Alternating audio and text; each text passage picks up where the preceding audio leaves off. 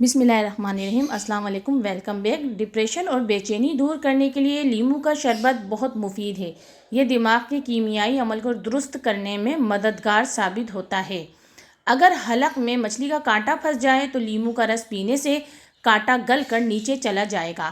قالین کے نیچے اخبار کی تہ بچھا لیں۔ برسات کے موسم میں قالین گیلا ہونے سے محفوظ رہے گا۔ اگر دل کو مضبوط کرنا چاہتے ہیں تو سورج مکھی کے بیج کھایا کریں۔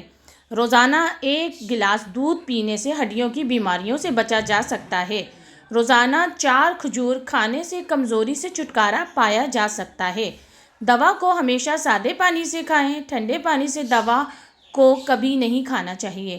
اگر آپ کو لیٹے ہوئے بھی چکر آ رہے ہیں تو اپنا 1 پاؤں ٹھنڈے فرش پر رکھ دیں۔ ہاتھوں کی خوبصورتی کے لیے رات سونے سے پہلے گلیسرین اور عرق گلاب ملا کر ہاتھوں کا مساج کریں۔ ایسے بچے جن کو مٹی کھانے کی عادت ہو، ان کو کیلا اور شہد ملا کر کھلائیں۔ ان کی مٹی کھانے کی عادت ٹھیک ہو جائے گی۔ انڈے کی سفیدی میں پھٹکری ملا کر ناخنوں اور کوہنیوں پر ملیں، میل صاف ہو جائے گا۔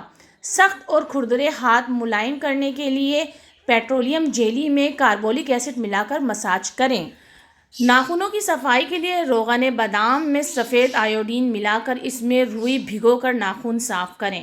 ہاتھ پاؤں سن ہو جانے کا مسئلہ ہو تو 1 چمچ شہد اور ادرک اور لیمو کا رس 1 گلاس پانی میں شامل کر پی لیں، انشاءاللہ فائدہ ہوگا۔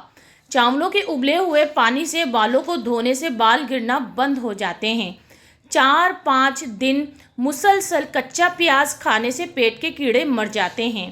شہد کو سرکے میں گھولیں اور اس کی کلیاں کریں، دانت اور مسوڑھے مضبوط ہو جائیں گے۔ آپ کو اگر ویڈیو پسند آئی ہو تو ویڈیو کو لائک کر دیں، چینل کو سبسکرائب کریں۔